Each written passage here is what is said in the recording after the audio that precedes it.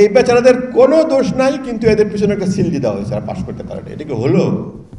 বুঝেছো? আমি জানি, আমি মাস্টার মানুষ, কিন্তু বুঝেছো, কাজে আমি লেখাপড়ার বিষয়ে সব জানি। ওকে, তোমাদের পাঠ্যবইগুলো দেখবো, আমার নাম লেখা আছে, আমি তোমাদের পাঠ্যবই লিখেছি কোথাও কোথাও, রাইট? এখনও পাঠ্যবইয়ের জন্য কাজ করছি, পড়াশোনার জন্য কাজ করছি। কাজে আমাদের দেশের লেখাপড়ার সমস্যাটা কি আমি খুবই ভালো করে জানি। এবং কোভিডের সময় কী হয়েছে, কি সর্বনাশ হয়েছে, সেটাও আমি জানি। সবার আমরা বলি সর্বনাশ, বাচ্চাদের হাতে স্মার্টফোন দেওয়া যাবে না, বাচ্চাদের হাতে স্মার্টফোন দেওয়া যাবে না, স্মার্টফোন দেওয়া যাবে না। তারপর সবার হাতে একটা করে স্মার্টফোন দিয়েছি, ঠিক কিনা?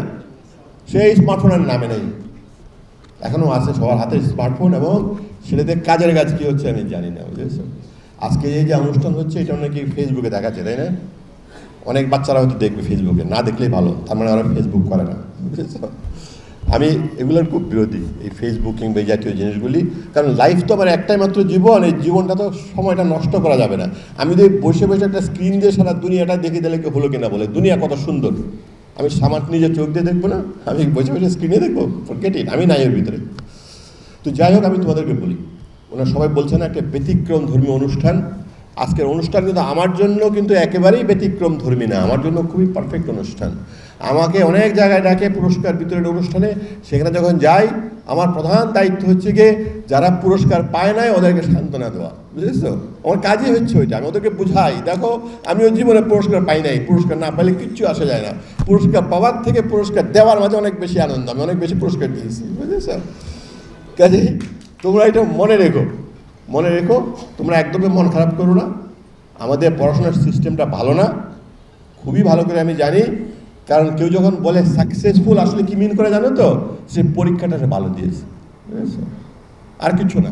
কেউ পরীক্ষাটা ভালো দেয়, কেউ খারাপ দেয়, এবং পরীক্ষাটা কেন খারাপ দেয় তার অনেক কারণ থাকতে পারে, আমরা তো কখনো খুঁজেও দেখি না। এসে কতজন আছে তোমাদের মতন যারা নাকি পরীক্ষায় অকৃতকার্য হয়েছে? 3 লক্ষ, তাই না? পৃথিবীর অনেক দেশ আছে যেখানে মানুষই 3 লক্ষ নাই, বুঝেছো? এরকম দেশও আছে পৃথিবীতে।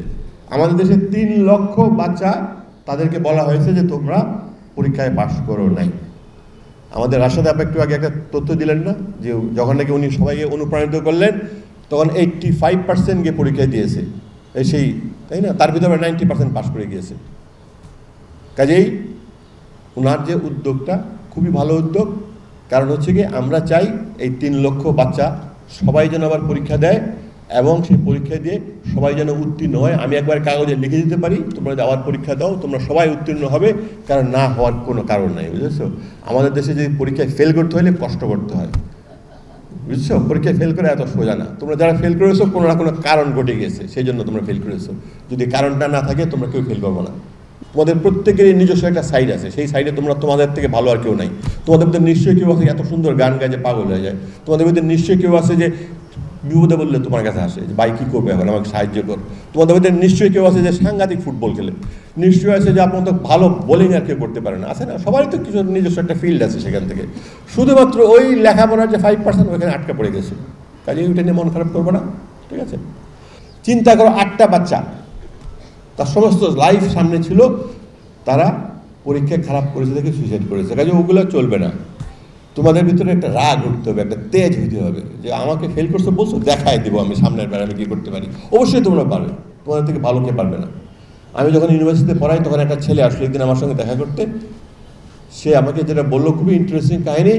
তার বয়স যখন 13 বছর বয়স, মানে নর্মালি যখন নাকি একটা বাচ্চা ক্লাস 8-এ পড়ে, তখন তার হঠাৎ করে শখ হলো সে পড়াশোনা করবে। কারণ সে পড়াশোনা করে না, সে রাস্তায় মানুষ হয়েছে, লিটারেলি সে রাস্তায় ঘুমায়, একটা চোখ নষ্ট, মারামারি করে, পেটের ভিতরে বিশাল একটা স্টেবিংয়ের দাগ। তার হঠাৎ করে শখ হলে সে পড়াশোনা করবে।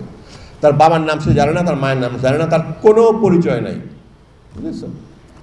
যাই হোক, অনেক লম্বা স্টোরি। সে আমাকে বললো, সামারি হচ্ছে গিয়ে সে আমার ইউনিভার্সিটিতে মেকানিক্যাল ইঞ্জিনিয়ারিং ডিপার্টমেন্টে ফার্স্ট হয়েছে, এবং তাকে আমেরিকাতে কোনো একটা ইউনিভার্সিটিতে পাঠানোর জন্য আয়োজন করতেছে, কিন্তু পাসপোর্ট করতে গিয়ে দেখা গেল বাবা মায়ের নাম নাই, কাজে এনআইডি করা যাচ্ছে না, ঠিক আছে? তারপরে অনেক ধাক্কাধাক্কি করে একটা, মানে একটা আর্টিফিশিয়ালি একটা মানুষকে দায়িত্ব নিল, আমি একে অ্যাডাপ্ট করলাম, করে তাকে শেষ পর্যন্ত ব্যবস্থা করা হয়েছে সেখান থেকে। তার মানেটা কি? তার মানেটা হচ্ছে গিয়ে, একটা ছেলে কিংবা মেয়ে যখন নাকি হঠাৎ করে ঠিক করলো, আচ্ছা আমি পড়াশোনা করে দেখি তো কী হয়, চেষ্টা করি, তখন থেকে কিন্তু তাকে কেউ আটকাতে পারে না, সে অনেক সামনে এগিয়ে গিয়েছে, বুঝেছো? তাই তোমাদেরকে আমি বলবো, তোমরা মন খারাপ করবে না, পরীক্ষা পাশ করা খুবই সোজা। তোমরা তোমাদের যে সমস্যাটা ছিল সেই সমস্যা সারা পরীক্ষা দাও, দেখবে তোমাদেরকে কেউ আটকায় রাখতে পারবে না, বুঝলেন?